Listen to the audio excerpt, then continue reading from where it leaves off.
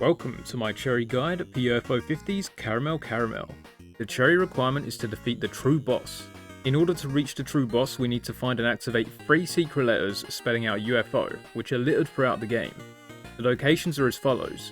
The U is near the end of the first level, the F around the middle of the 3rd level, and the O at the beginning of the 5th level. In order to activate the letters, you must take a photo of them. If all of them are activated, you'll go into an additional fight upon completing the 5th level. I will show me playing for each level after going over the basics and how the game works. There are many mechanics not required for the cherry. Primarily you'll just need to focus on surviving and not worry much about anything else, barring getting the pictures of the letters. That said, killing enemies and accruing score is useful in the sense that it will provide you with additional lives the more score you collect. If you die on a level, you'll be able to continue from the start of that level, assuming you have some additional lives available. You can see how close you are to an additional life by looking at the red bar in the top left. There are 5 levels not including the true boss fight. The 2nd and 4th levels are Orb Shower levels, which are much shorter and easier than the others. These levels don't have letters required for the cherry, and also don't have bosses or some things exclusive to the standard levels. Your ship can take 2 hits per level before getting destroyed. You can tell how healthy your ship is based on the colour. If it's blue, it means you only have 1 hit remaining. In between levels you reset to max health, and also on some levels you can take pictures of red enemies to drop wrenches, which will provide a heal. You can get 1 wrench around the midpoint of the main planet levels 1, 3 and 5 by taking pictures of the red enemies. Shooting these red enemies will destroy them and lose the wrench. The 2 primary controls are to shoot and take photos. When shooting you can hold the fire button to maintain it, which you'll want to do for the most part. The main reason for this is that you charge up a powerful attack by doing this. You'll know when this attack is ready since 2 green orbs will appear next to your ship. Simply release the fire button to unleash 4 green projectiles that hit in a wide cone. This charged attack is useful for clearing enemies and great defensively for when you're overwhelmed by enemies or obstructions. It also bounces off walls that can be used to hit enemies behind you. I often would release the fire button briefly to unleash this attack before immediately going back on the trigger to continue firing. A major mechanic of this game is taking photos. The photos will always be taken a set distance in front of you, which you can see judging by the square indicator. Photos are not only needed to activate the letters for the cherry, but can also be used to help kill enemies, and get additional points this way. For normal enemies, by taking a picture of them you freeze them in place. This stops them from moving and attacking. You also deal additional damage, and any enemies killed in the picture will explode. You can set off chain explosions with this. Any enemy that dies will offer double points as well, and enemies that are on walls or ceilings will fall and get destroyed. There are also some enemies that will fire a projectile at you when killed. If these enemies are killed while photographed, this will not happen. Some boss enemies require you to take pictures of them in order to damage them. Also, mid-boss enemies will often still move when photoed but will not use their ranged attack. Your camera requires charge to be used, which you can see at the top of the screen. This will charge over time, charging faster while firing and also recharging a substantial amount if you collect gems. These gems are dropped by enemies and will gradually move towards you. While firing, these gems move extremely slowly, however if you release the fire button they'll quickly seek into you. You can use this to quickly recharge by letting go of the fire button if there are gems on screen. You can also hold fire to delay collecting these gems, which is useful if you want to combo photos onto a boss. These gems will disappear after a while though. You can get score from killing enemies and also from taking pictures of certain background elements. These are called secret photos. If a background element looks out of place, you can often take a picture of it and it will leave orbs that can be shot for points. These orbs give more points the more you collect, going from 10 points up to 200. This resets back to 10 on death, but you can bring it back up again quite easily. The ones I found in my attempts are donuts, cones, cracks, eyes, odd-looking chains, a spaceship, sideways portions of trees, and monitors. You'll see me take lots of these photos in my run. Just remember that they are optional and you can save your pictures for enemies if you need to. You also get bonus points at the end of major levels in the form of a time bonus and a no-hit bonus. There are a huge variety of enemies to look out for. For the most part I'll go over notable ones during the run itself. It's worth noting that any green enemies will leave a projectile on death, so bear that in mind and be cautious not to be too close when you destroy them. This effect can be removed if they're destroyed under the influence of the camera. Now let's go over the run itself. Remember I'll be doing many unnecessary things to gain more points and therefore more lives. The only things you need to do for the cherry are survive and take photos of the 3 letters. Snack Planet is the first level of the run. To start with I get a photo of the background donut to get some more score. You can also tag enemies in the photo but I don't manage it in this run. There are some green enemies here that will fire a projectile at you on death. This is simple to avoid and you can take photos of them to remove this effect as well. These blue enemies are worth a fair chunk of points. If you don't waste your photo you can use it here to kill them both. I only get the one, make sure to be careful as their shots will overlap and can be awkward to avoid. From here I continue onwards, getting another secret photo and breaking through the bubbles. Before heading downwards, I use my charge shot to kill the enemy behind me, and then I get more secret photos at the top for a bit more score. Then I go down, killing some more enemies and getting more secret photos. Be careful not to get crushed by these moving platforms, as that will result in an instant death. At the end of this section here, I make sure to pass the moving block as soon as possible in order to start shooting some green enemies that will appear. By positioning here, I can kill the first enemy easily and then reposition slightly to take out the next ones. I use my charge shot to easily take most of them out, before finally taking a picture of a large clump to easily get them as well. Now we're coming up to our first potential wrench. Make sure to stop shooting when leaving this structure and prepare to take a photo of the red enemy. If you've taken damage before this point, this will heal you. Then we have two more blue enemies that are pretty easy to take out before coming up against our first mid-boss, Bella. In my opinion, this is the hardest part of the entire run. Beams will rain from the ceiling and the boss will fire a random amount of projectiles at you. Sometimes these can combo together to make a near unavoidable situation. By taking pictures of Bella, we can get her to stop firing, which will make the fight slightly easier. Don't position too close to Bella, make sure to give yourself some room to maneuver. With that done, we'll now enter another structure. Be careful here, as there are yellow ghosts that will trigger when you get close to them. Once triggered, they'll move in a straight line, so can be easily shot or avoided. If I'm coming up to a ghost, I'll usually stay still slightly to get them to move in a direction I can easily avoid. In this section here, we want to go through the thin corridor at the bottom. Watch out for the ghosts, but in my experience, the above turret was more of an issue. I often would not see their shots, so be wary of that. Through this corridor, we have our first photo for the cherry. There is a letter U on the wall here. Once you have that, continue onwards and we'll come up to the final boss of the first level.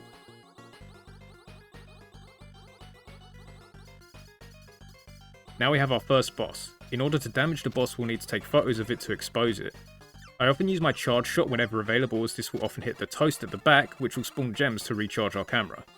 Make sure to utilise releasing the fire button in order to collect these gems at opportune times. You often can combo together multiple photos at once.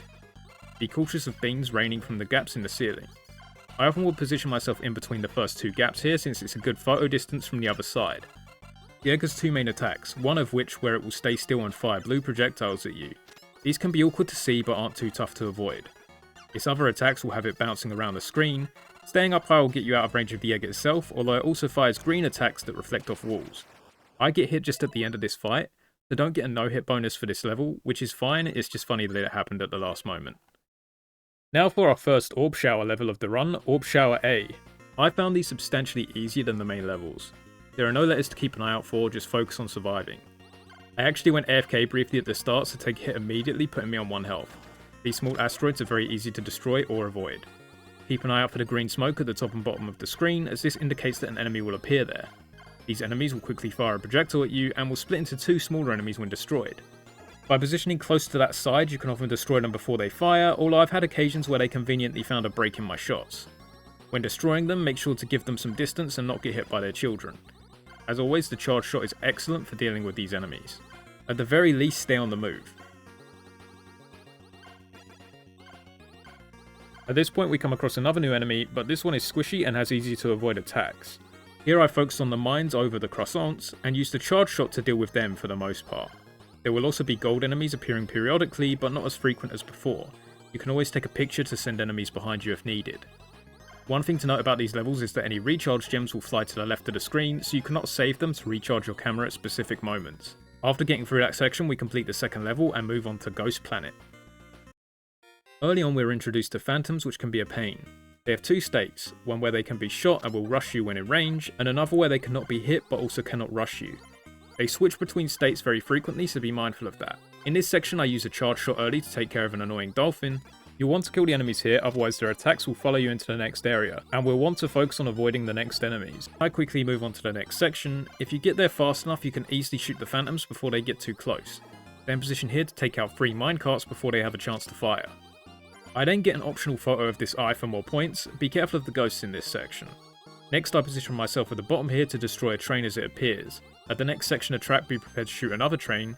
If left alone, the trains and their carts will fire arcing shots that can be tough to avoid. In this section we also have some phantoms appear behind us. I use my charge shot when available to thin out the ones ahead of me and try to bait out the ones behind me before I get overwhelmed. If you position yourself past the phantom, it will automatically aggro at the next opportunity, but will be moving in the wrong direction to do anything to you.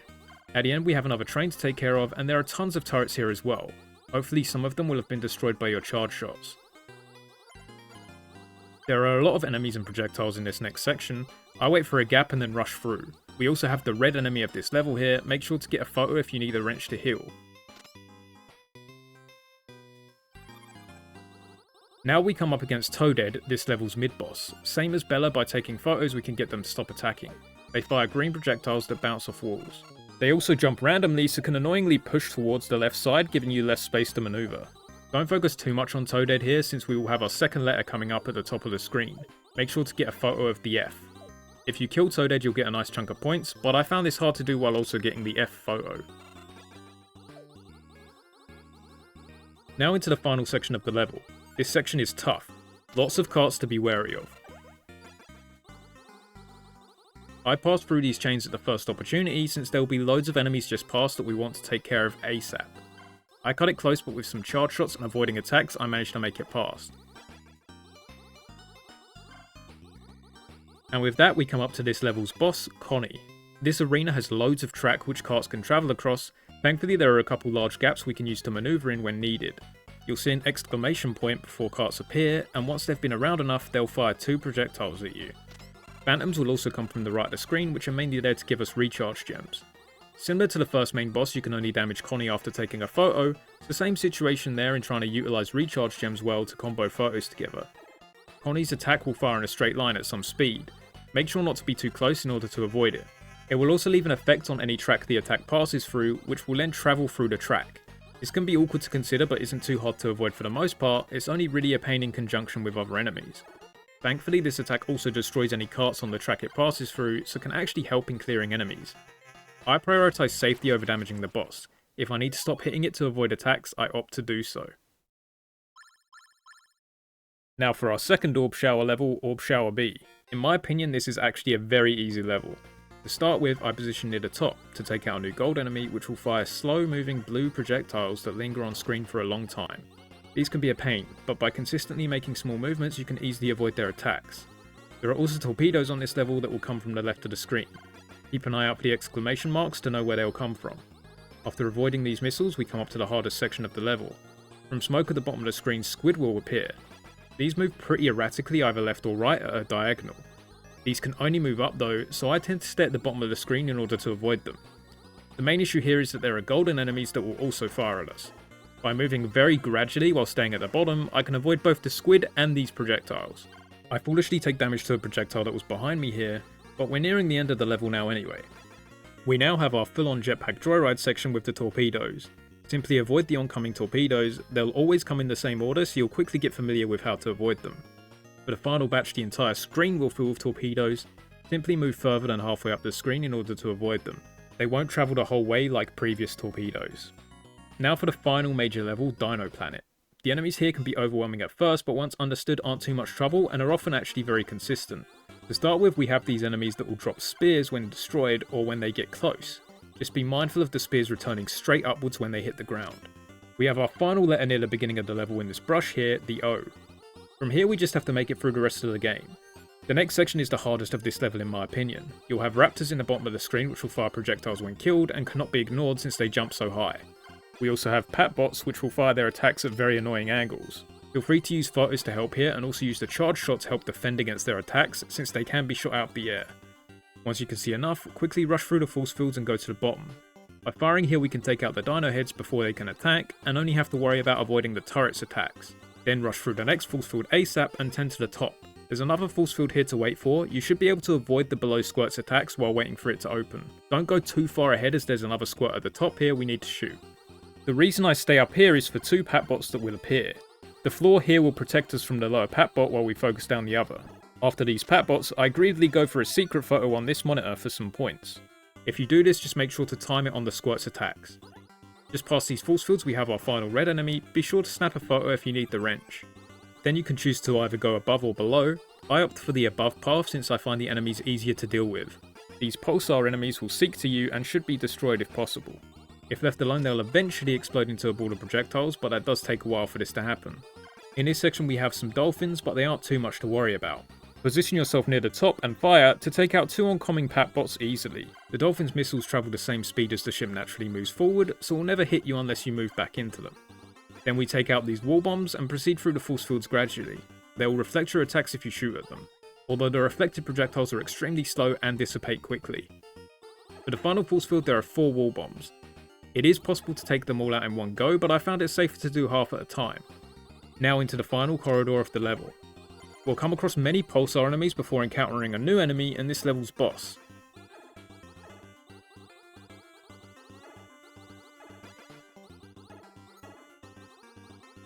These red skulls will appear from various spawn points around the area. Our goal here is to destroy the 2 green eggs at the top and the bottom. Take your time here, the skulls move linearly, so with small adjustments you can usually avoid them with relative ease. I usually take it in turns switching to attack the other egg when the skulls begin to overwhelm me.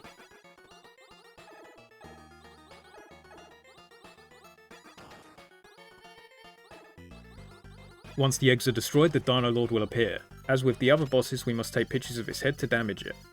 I mistimed my initial picture, so don't get to immediately deal damage. The skulls will continue to appear during this fight, which can be useful in order to get recharge gems. They aren't too much trouble to avoid alone, but can be tough when also trying to avoid Dino Lord's attacks. Dino Lord has 3 attacks it can use. The easiest to avoid is its lunge, where its head will move directly towards you.